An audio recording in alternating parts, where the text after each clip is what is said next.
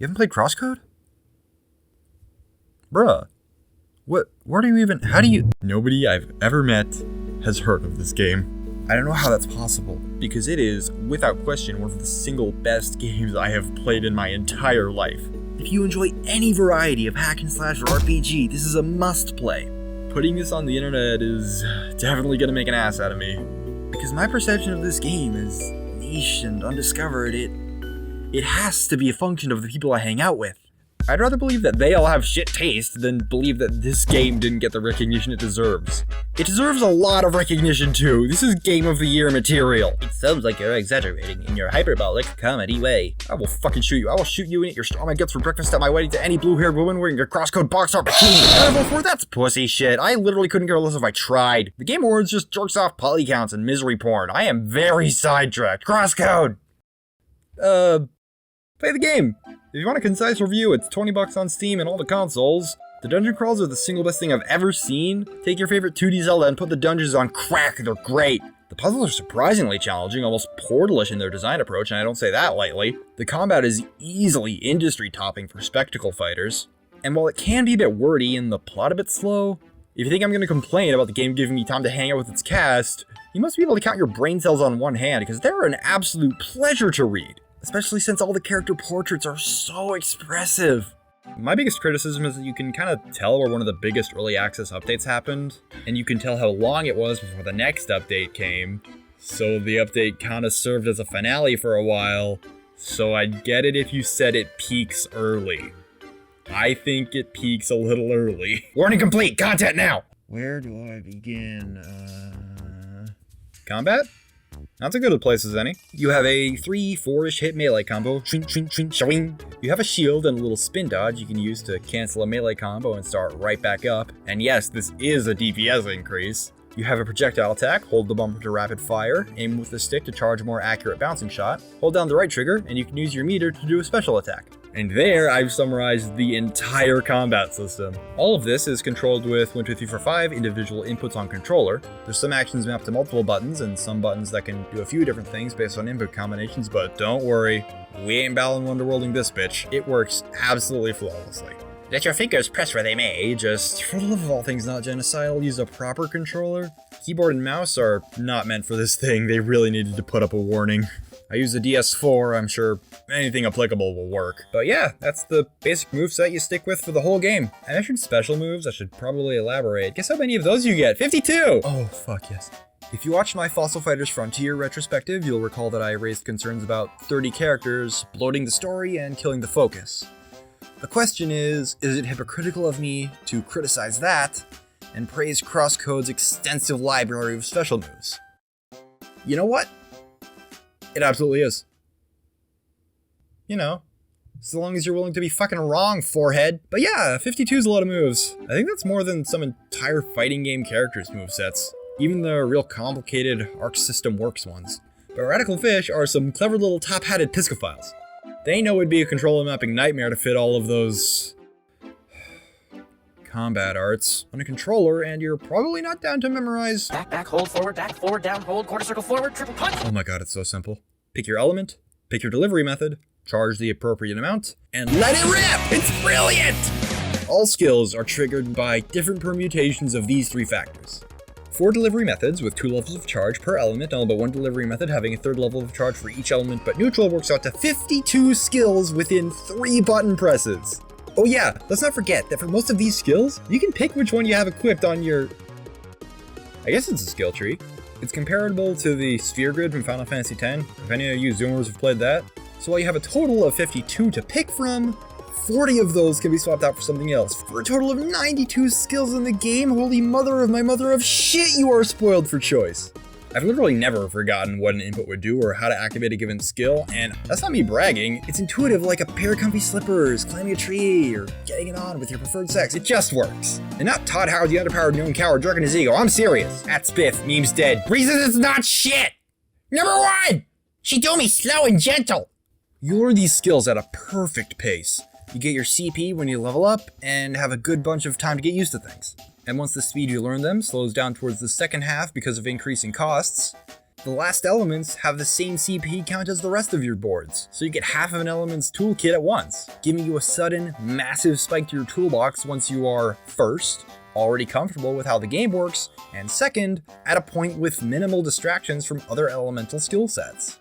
And while it does lean towards overwhelming, it's front-loaded when you look through the skill tree and see the options. Especially once you notice that none of this matters at all for casual play. You look through and pick your skills, so that once you're in an action scenario, you know that everything at your disposal is something you've picked out by yourself. So even when it hands you 8-10 skills at once, you're not flailing wildly, you're looking forward to seeing how the description and titles translate to action. Plus you're at a point where 2 SP generates for free outside of battle, so you can test the level 1s however you want. And it's really easy to build up to test the level 2s that cost 3 bars, and the level 3s, well, you can't really go wrong with those. Number 2! Thematic consistency! This should be obvious, but the differing elements make a great difference in both the design approach and how they're best used, even aside from visual distinctions. They're all very distinct from one another and internally consistent. Heat, it's your brute force stance. Your specials are either quick and explosive or lingering napalm burn effects. It's very flexible with its moves, forgiving you with some homing and letting you adjust to minor positioning or aim mistakes, united in simplicity and ferocity. Cold is your defensive and slow, heavy hitter stance, sacrificing mobility for either the highest single strike damage in the game or staggeringly wide hits that make it surprisingly good for crowd control and some of the best guard arts in the game too. Hot tip, spamming Hail Flurry is a great way to tear apart anything with a break gauge. Shock. You're supposed to be favorite, little boys. In a word, fast. You do not stop moving with this one. Especially when its buffs to focus increase your SP gain so you can absolutely spam specials. With choices between powerful, single-hit lightning strikes or homing multi-hits like a static charge or Tesla coil, and a block art that stops time!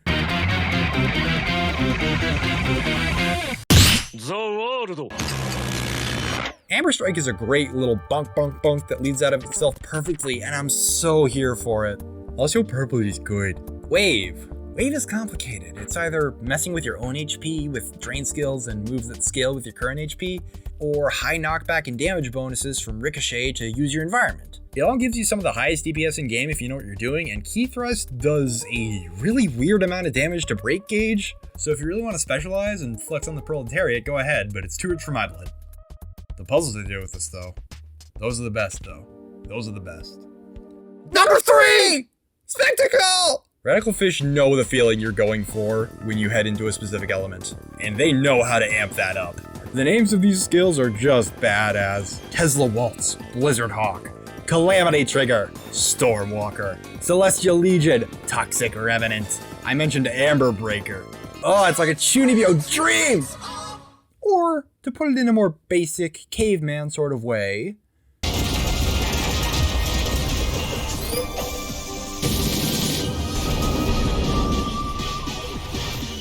good luck forgetting the buttons that make you do that.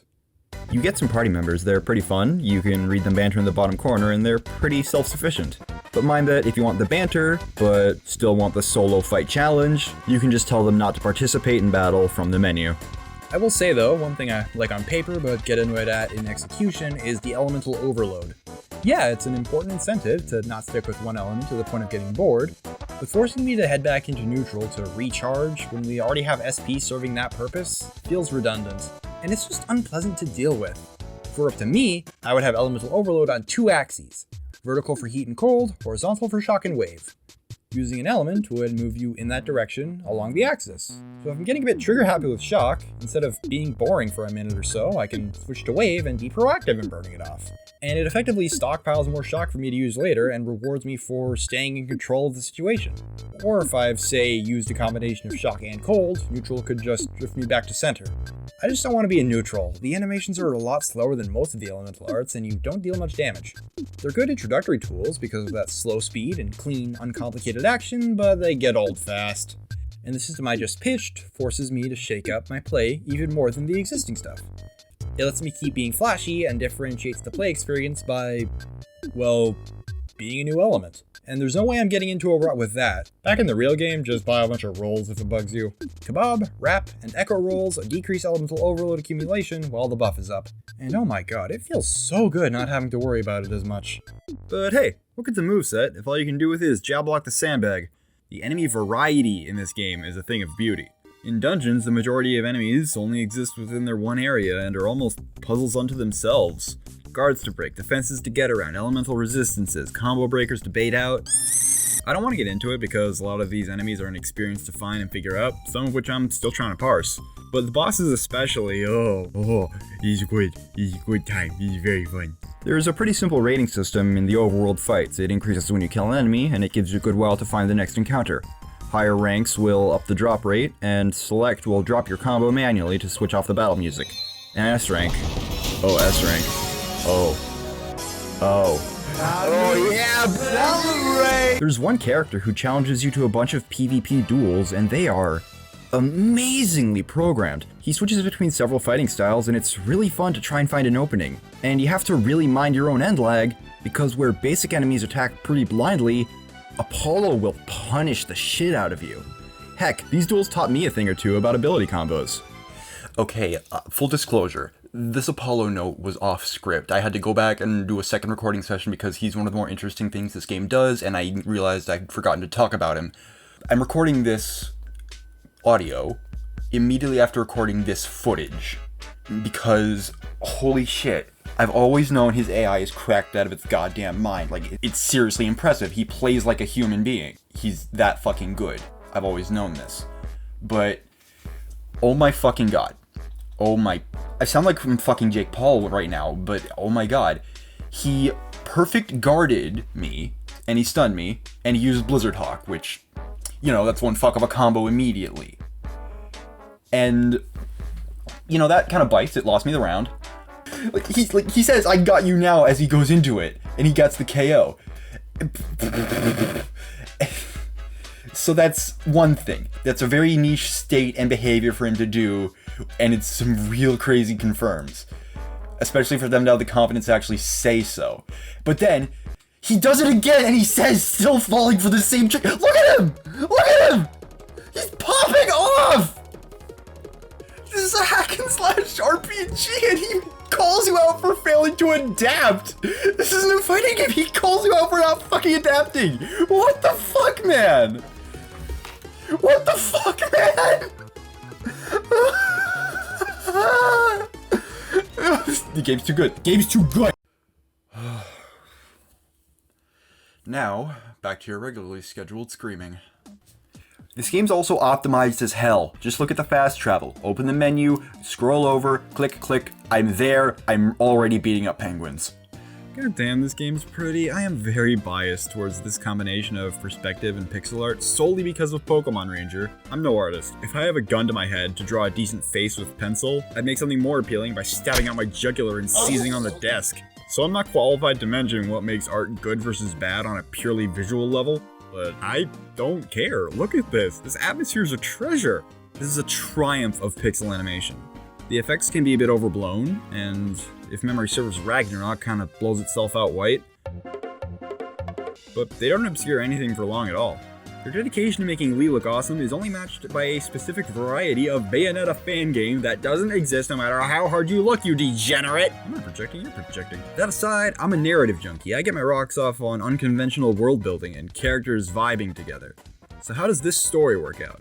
I'm only going to talk about very early game stuff, and mostly their A+ world building. But frankly, it's all delivered in such a nice way that I recommend you experience it firsthand anyway. Just play the game! This is your scheduled reminder that it is good! The DLC is not optional either, it's a blast! Ugh. Our main character Lee awakens in a full dive VR MMO of sorts. You know, trapped in a video game. Wait, don't click off! I promise this isn't literally every isekai. No, I'm not talking about the cold open. That's a whole can of spoilers, Worms. Play the game, you fuck. You're on a cargo ship doing maintenance for the MMO Crossworlds, a game played in real-world physical space with remote-controlled avatars built from instant matter. What a fucking concept! And contrary to most things that you can describe as original, it's executed well. A big problem I have with a lot of fiction, especially games, is that terms like this are raised and never elaborated on. Or if they are, it's boring and the consequences get ignored. Nope. They illustrate the way these things work with some very convincing and entertaining hand-waving, interspersed with strong pre-existing character dynamics between Sergei and Carla, so the player stays engaged. They permit traditional video game material like gravity-free projectiles and respawning enemies by functionally making them a shared augmented reality among players, instead of being composed of instant matter themselves that would have physical consequences. As illustrated by Carla needing to put on special goggles to see your balls. That sounded bad. Fuck it, I'm not rephrasing that. And instant matter is such a wonderful technology to characterize this sci-fi setting. It's unique, has believable application beyond this one circumstance, without being enough to skyrocket the setting to utopian. It's introduced cleanly and concisely, and it stays plot relevant in great ways. From casual mention of its consequences with your party members palling around, to its details being critical to some of what are intended to be emotional high points, but it does leave some questions up in the air. For one example, if this MMO is set in physical space, how are instances supposed to work? You know, a dungeon with multiple copies that people can run simultaneously. So how do they justify that? Does it turn from controlling a physical instant matter avatar to a more conventional beam it into your dreams type of full dive? They thought it through, trust me. Play the game. If you know what I'm referring to here, you should know why I'm not talking about this. CrossCode's world building is pretty solid all around. A good chunk of miscellany that I haven't gone into is told through background text logs that don't really affect anything but flesh out the world well enough. The fact that it got me invested enough to read and remember a good chunk of it is evidence of its quality. World building being its own appeal in work is incredibly difficult. It needs to be the right kind of original, it needs just the right amount of emphasis on it so that it can lead the viewer in and still let them fill in the gaps with their imagination. If a single factor of this is even slightly off, the whole thing collapses and just comes across as the author's parading around some half-baked idea like it's the second coming. Games have an advantage in this because developers can just put in text logs that you'll only look at voluntarily, and people who don't care just won't read them. But I think that even if CrossCode were anime, which, look at it, it kinda wants to be, I think the world building they show in cutscenes already hits every sweet spot it needs. The world building for Cross Worlds, however, the MMO the characters are playing, it's less so. I'm not about to nitpick the world building of a fake video game. Cross Worlds already does way more than most in-media media to feel real, and it honestly doesn't affect anything too much. But considering the reality and weight they give to the fact that Cross Worlds happens in physical space, the story of it kinda blurs the line? It's one feeling that had me confused for quite a while, but then again, I am an idiot. What kind of clever boy makes an hour-and-a-half retrospective for a game that nobody fucking bought when it was good? My first thought was that the mentioned Track of the Ancients was a real thing that was discovered, and Instatainment, the CrossWorlds developers, created an MMO to publicize its exploration, getting test subjects to run the track that way. That probably sounds insane, but it's got real-world precedent. Check out Foldit. In 2011, those players cranked out a solution to a 15-year-old problem in monkey AIDS by means of... I kinda know what most of these words mean on their own. But CrossWorlds exploiting this would have been a pretty interesting concept. Publicizing ancient ruins to gather humanity's best and most obsessive by gamifying an alien test? That sounds awesome! The ways that players would screw around and make light of actual ancient ruins, as players of a game are wont to do, and the track's possible reactions against the rest of humanity could be a really cool plot. They don't run with that, it's all in-universe fiction. And I'm not going to resent them for playing to the more social aspects of MMOs and the more direct applications of the technology to find their conflict, because hey, it still works great, and they couldn't get some of their current high points out of that plot. It's just a combination of the road they didn't take and the road I walked down for half the game without realizing. I only realized because a text log mentioned no alien life in the centuries of galactic exploration, while the Shads sat right next to me. I didn't know they were CrossWorlds NPCs. And before anyone who's played the game calls me an absolute brainlet, I thought that Emily being dismissive of it as plot was in line with her characterization as a punch first, ask questions later girl. Just around to have fun and enjoy the game. And I thought the first scholars weren't just lore junkies, but actual wannabe archaeologists. God knows that CrossWorlds lore wouldn't engage me on its own merits without it being real. Final Fantasy Shadowbringers, this is not. I could make a whole other video on the game's story alone, discussing what it does differently about its themes and world building, especially the way it treats Lee and her muteness. The Blue Avatar too, they're a fucking case study and a half.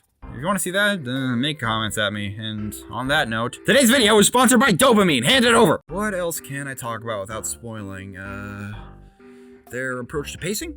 Yeah. The game does something that most big games have kind of stopped with. It basically has filler. I know that filler is a dirty word to a lot of people, anime fans especially, because yikes! I think that long, linear RPGs live or die by their filler.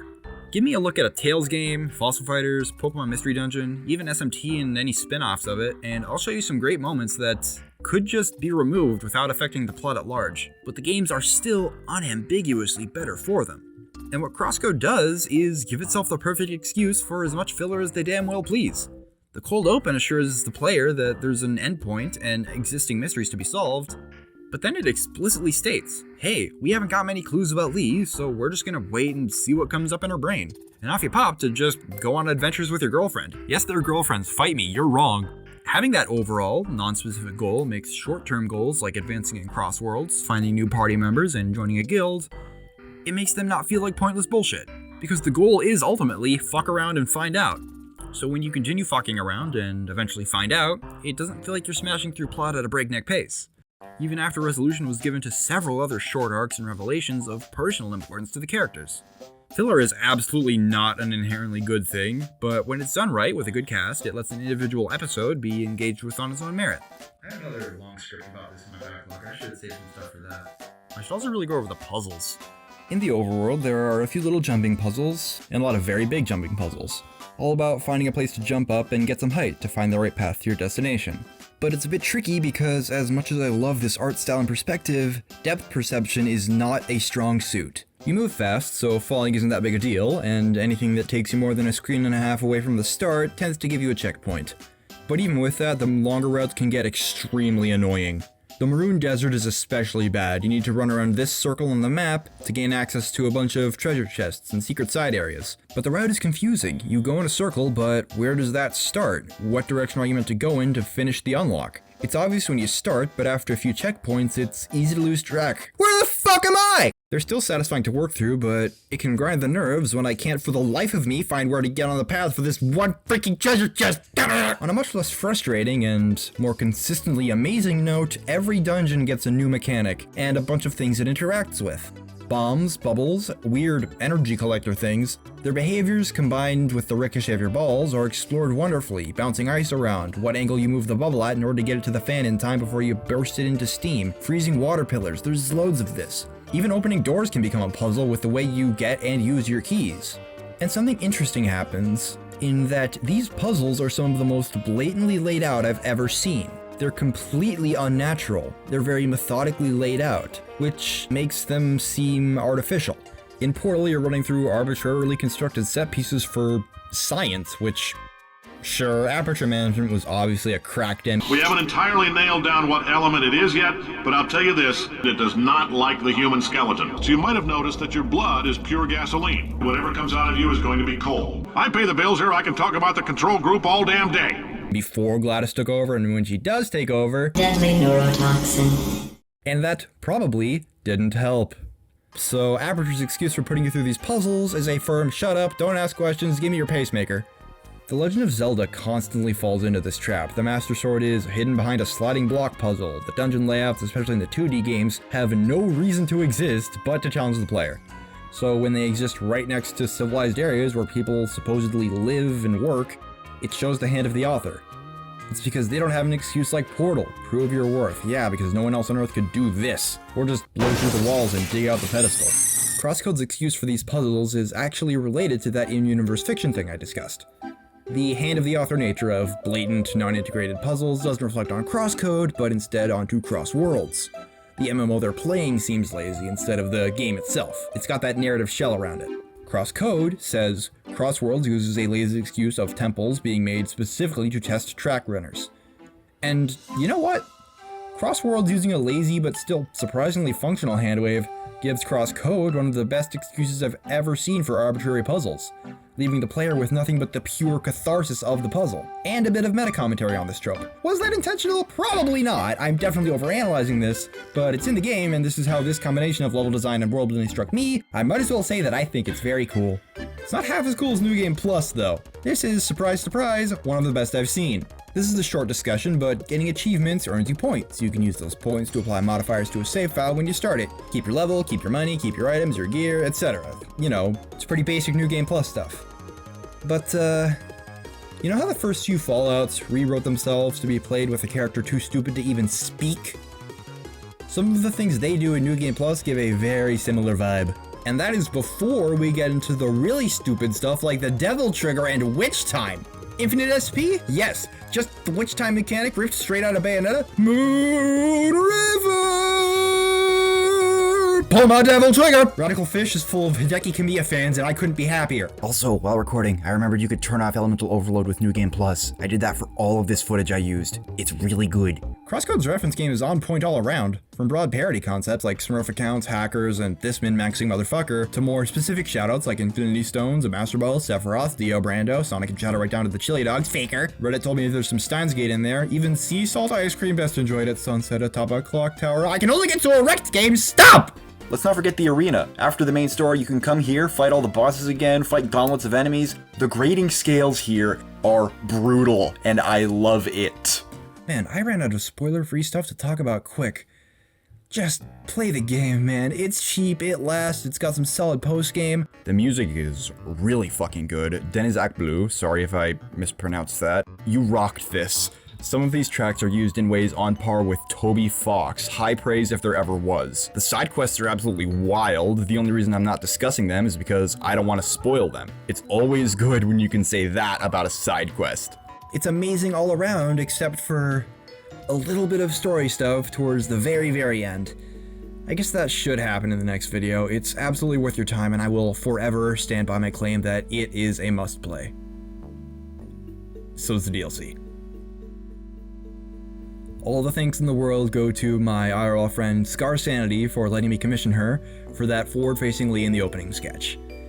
Everyone, go check her out. Her art is fantastic, but please be respectful and gentle. She's shy. If you want a full thematic analysis of CrossCode and its ending, please say so in the comments. I'll probably include more stuff than just the ending and discuss all manner of spoilers because I have the attention span of a single macaroni noodle. I know a lot of you were probably expecting me to make more Fossil Fighters content, but I don't think I can do that. I want to be varied with this and talk about all the cool things that different games do. And I kind of burned the whole franchise to the ground in that last video. If there's anything left to create a full video on, I'll be genuinely surprised. The response I got on that video blew my mind. I saw it getting shared on the Fossil Fighters Discord. If any of you watched to the end, you noticed I put an estimated view count of 200, and that got beaten just shy of 2 weeks. I mean, what the fuck, man? It's not much, but it really makes me happy that all of you enjoyed that, and I said then that I wanted to keep doing this, and I'll say it again, I want to keep doing this. If you have any ideas that I didn't mention, please leave a comment. See you. Bye! God, how in the fuck was this their first game? Jesus. Man.